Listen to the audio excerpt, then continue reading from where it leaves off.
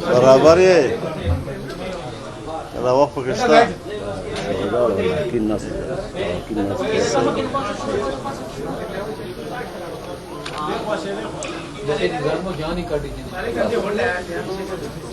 اور بے انشاءاللہ دعا ہوگا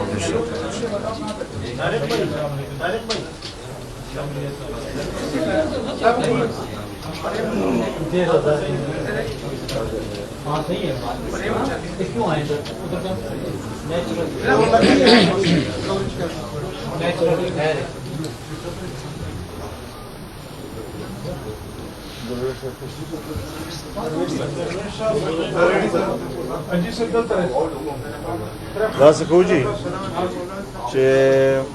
درویش صاحب یو دعا آیت ہوئی دا مو شہداء دے پر یو دعا اول کو بے بزن خبر اعوذ باللہ من الشیطان الرجیم بسم اللہ الرحمن الرحیم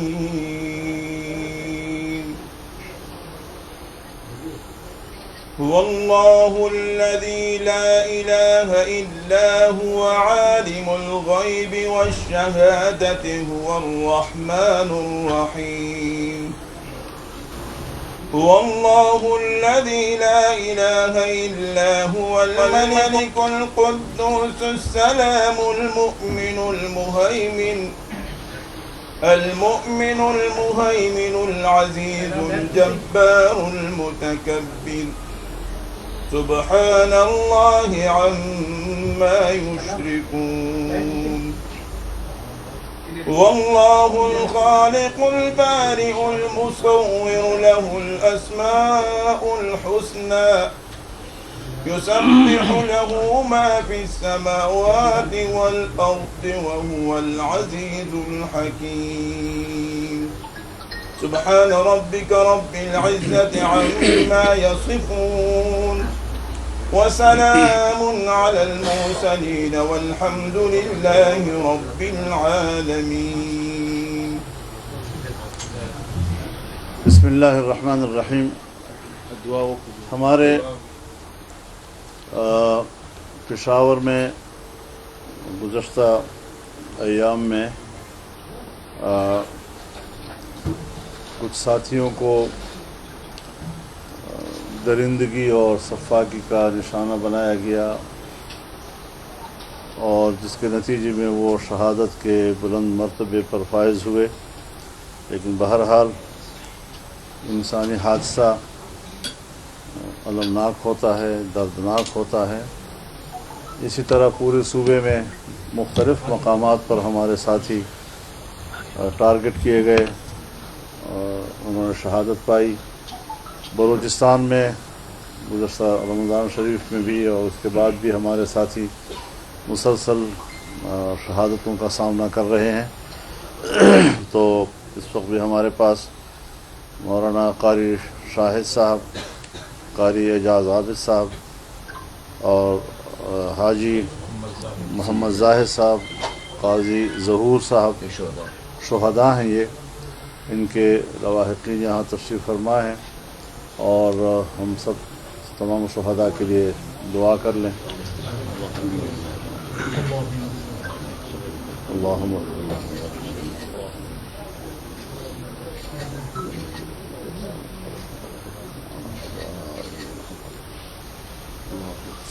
اللہ تعالیٰ ان کو شہادت کے اعلیٰ مرتبے پر فائز فرمائے۔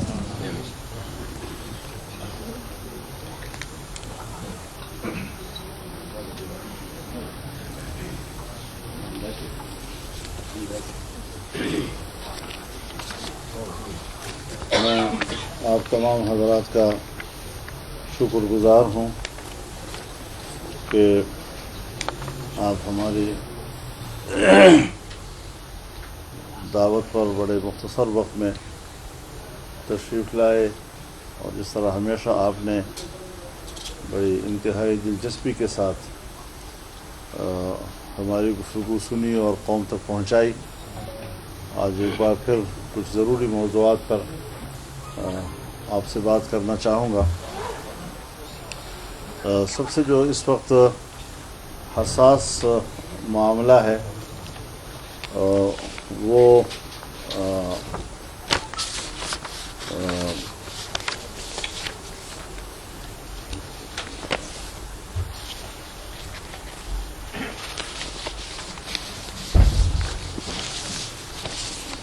جو ہمارے معدنی وسائل ہیں اور وفاقی حکومت نے میفا کے نام سے منرل انویسٹمنٹ فیسیلیٹیشن اتھارٹی کے قیام کا فیصلہ کیا ہے، تو اس بل کے جو مندرجات ہیں اس کا خلاصہ ایک ہی ہے، اور وہ یہ کہ صوبے کے وسائل پر وفاق یک طرفہ قبضہ کرنے کی کوشش کر رہا ہے، اور یہ 18ویں ترمیم کی بھی نفی ہے، صوبے کے عوام کے حقوق پر بھی ایک حملہ ہے، اور جمعیت علماء اسلام اس حوالے سے ماضی میں تمام صوبوں کے اندر آل پارٹیز کانفرنسز بھی کر چکی ہے، اور اس پر ایک اتفاق رائے بھی حاصل ہوا ہے تمام پارٹیز کی طرف سے کہ 18ویں ترمیم میں کسی قسم کی تبدیلی یا صوبوں کے اختیارات میں کسی قسم کی تبدیلی اور رد و بدل، اس پر کوئی کمپرومائز نہیں ہوگا۔ تو آج وہ موقع آ گیا ہے جب ہم اس کو ایک حساس نوعیت کا مسئلہ تصور کریں، اور کسی قسم کا ایسا بل صوبائی اسمبلی سے کہ جو ہمارے صوبے کے اختیارات پر زد پڑتی ہو، ہمارے لیے قابل قبول نہیں ہوگی، اور اس کے لیے ظاہر ہے کہ اگر یہ ہوش کے ناخن نہیں لیتے تو پھر ہمیں عوام میں جانا ہوگا، اور عوام براہ راست اپنے حق کے تحفظ کے لیے میدان میں نکلیں گے۔ تو اس حوالے سے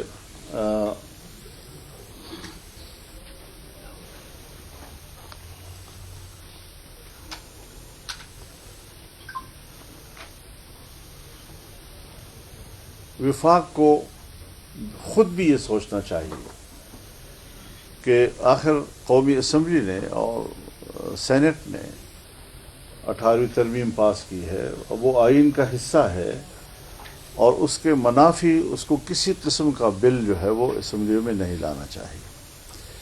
میں تو حیران اس بات پر ہوں کہ ابھی جب 26ویں ترمیم پاس ہوئی تو 56 کلازز میں سے 34 کلازز سے ان کو دستبردار ہونا پڑا، اور جب وہ اپنے من کے ترامیم اسمبلی سے یا پارلیمنٹ سے پاس نہیں کرا سکے تو پھر وہ کام قانون سازی کے ذریعے انہوں نے کیے۔ سوچنا چاہیے کہ آئین محترم ہے، آئینی ترمیم پاس ہو چکی ہے، اور اس کی حرمت کا تقاضا ہے کہ اب کوئی قانون سازی اس کے خلاف نہ ہو، اس کی روح کی نفی نہ کرے، لیکن یہاں پر اپنے مذموم مقاصد کے لیے وفاقی حکومت یہاں تک بھی گئی کہ انہوں نے ایسے قوانین کے ذریعے وہ مقاصد حاصل کرنے کی کوشش کی کہ جس کے اثرات عدلیہ پر بھی پڑے، اور اس پر کچھ تنقیدیں بھی سامنے آئیں۔ تو اس حوالے سے آج پھر ایک ایسا قانون صوبوں سے پاس کرایا جا رہا ہے کہ جن صوبوں کے پاس معدنی ذخائر ہیں، قیمتی پتھر ہیں، اور انہیں اس کی مائننگ کے لیے اور پھر ان کو استعمال میں لانے کے لیے اتھارٹیز بنائی جا رہی ہیں، وفاق کی سطح پہ بنائی جا رہی ہیں، اور اس میں کسی ایک سنگل بڈ کو بھی قبول کیا جائے گا باہر سے، تو یہ ساری چیزیں وہ خدشات ہیں کہ جہاں ہم یہ سمجھتے ہیں کہ صرف وفاق ہی ہمارے صوبے کے وسائل پر قابض نہیں ہو رہا، بلکہ بین الاقوامی قوتوں کو بھی اور طاقتور قوتوں کو بھی ہمارے وسائل پر قبضہ کرنے کی راہ دی جا رہی ہے. ہم نہ بین الاقوامی قوتوں کو اپنے وسائل کا مالک بنائیں گے اور نہ ہی حکومت کو، وفاقی حکومت کو اس کا مالک بنائیں گے. طریقہ کار ہوتا ہے صوبے کا اختیار اپنی جگہ برقرار رہے. اگر کوئی کاروبار کرنا ہے تو صوبے کے ساتھ کیا جائے، وسائل صوبے کے ہوں گے، شرائط صوبے کے ہوں گے، مفادات صوبے کے محفوظ تصور کیے جائیں گے. اور بین الاقوامی دنیا میں بھی اگر کوئی ملک یہاں پر انویسٹمنٹ کرنا چاہتا ہے تو وہ پاکستان کی وساطت سے کرے، لیکن پاکستان پھر بھی وہ صوبائی حکومت کی اجازت اور ان کے شرائط کے ساتھ کرے. تو یہ ایک شائستہ راستے موجود ہیں، حل موجود ہے. کوئی بھی دنیا کاروبار کا انکار نہیں کرتی، لیکن اپنے مفادات پر کسی کو قبضہ بھی نہیں کرنے دیتی. ہمارے مفادات محفوظ ہونے چاہیے، ہمارے وسائل ہمارے قبضے میں ہونے چاہیے. اس پر کسی قسم کا معاہدہ وہ ہمارے شرائط پر ہونا چاہیے اور ہمارے مفادات کے تابع ہونا چاہیے. تو اس قسم کی چیزوں پر یہ جو قانون سازیاں ہو رہی ہیں، یہ قانون سازی جمعیت علماء اسلام کے لیے اور تمام سیاسی جماعتوں کے لیے قابل قبول نہیں ہے. تعجب کی بات یہ ہے کہ یا تو فاٹا کا انضمام کیا گیا، بہت جلدی تھی، بہت ضروری ہے، اور کوئی شک نہیں ہے کہ فاٹا انضمام کے پیچھے بھی اسٹیبلشمنٹ تھی اور اسٹیبلشمنٹ کے پیچھے عالمی قوتیں تھیں جن کے دباؤ پر ہم نے یہ کام کیا. آج فاٹا برباد ہو گیا ہے. کچھ پتہ نہیں کہ اب وہ سیٹلز میں شمار ہوں گے یا وہ ابھی اسی طرح ٹرائبل ہوں گے، ایک نیمے درون بروں کی زندگی گزار رہے ہیں. اور آج کیا ضرورت پڑ گئی اس کی کہ باقی انضمام اپنی جگہ پر، لیکن مائنز کے حوالے سے اختیارات وہی پرانے فاٹا کے، اور اس کو ایک مہلت دی گئی ہے لمبی چوڑی، تاکہ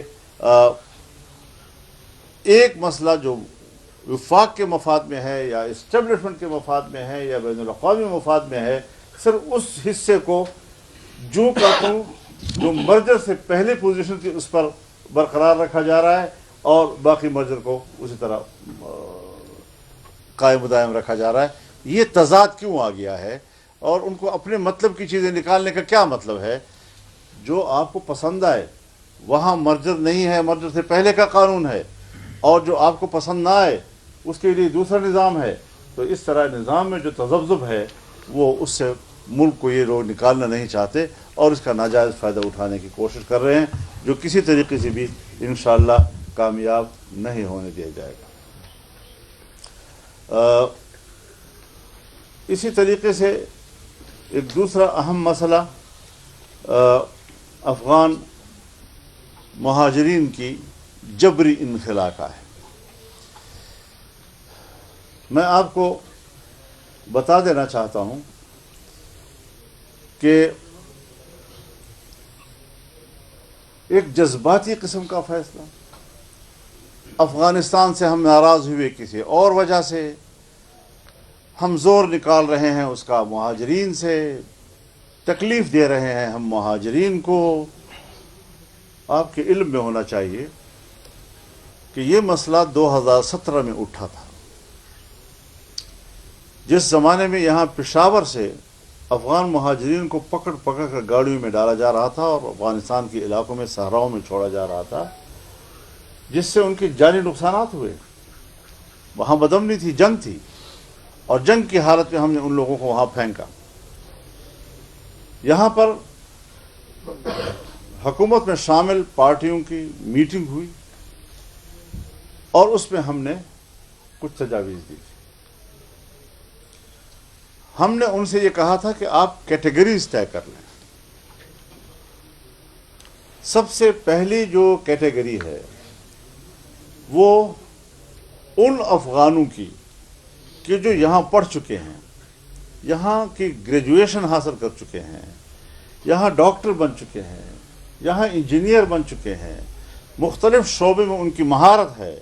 اب وہ ہمارا سکل ہے، اس کو ہم پاکستان کے لیے کیسے استعمال کر سکتے ہیں.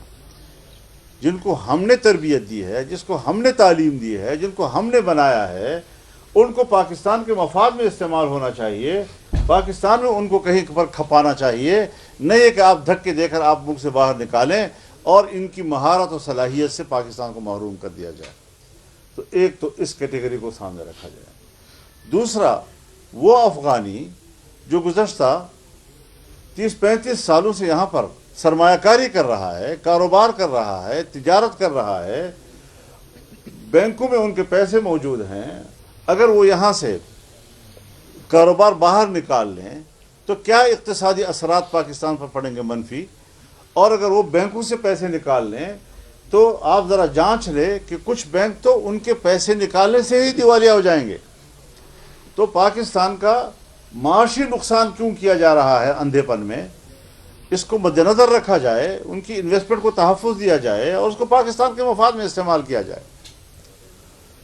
تیسری کیٹیگری ہم نے یہ بتائی تھی ان کو کہ جو یہاں اسٹوڈنٹس ہیں، جو اس وقت ایک آدمی میٹرک میں ہے، کوئی ایف اے سی کر رہا ہے یا کوئی ایم ایس سی کر رہا ہے، اور یہاں پر وہ اتنا زیادہ پڑھ چکا ہے کہ اگر اب یہ اپنا ملک تبدیل کرے گا تو اس کا نصاب تبدیل ہو جائے گا، تو وہ پھر الف بے سے شروع کرے گا۔ تو یہ انسانی حق ہے تعلیم، اور ان کے انسانی حق کو آپ بری طرح متاثر کر رہے ہیں، لہٰذا ان کو بھی تحفظ دینے کا راستہ نکالا جائے۔ اس کے بعد عام مہاجرین رہ جاتے ہیں۔ میں آج بھی کہتا ہوں، اور میں نے اس وقت بھی کہا تھا کہ مہاجرین یک طرفہ مسئلہ نہیں ہے، یہ افغانستان پاکستان کا دو طرفہ مسئلہ ہے، اور ہم نے خوشی سے ان کو قبول کیا تھا۔ اور پھر پشتون معاشرے میں جہاں مہمان نوازی ان کا ایک طرح امتیاز ہے، ان کی روایات کا ایک روشن حصہ ہے۔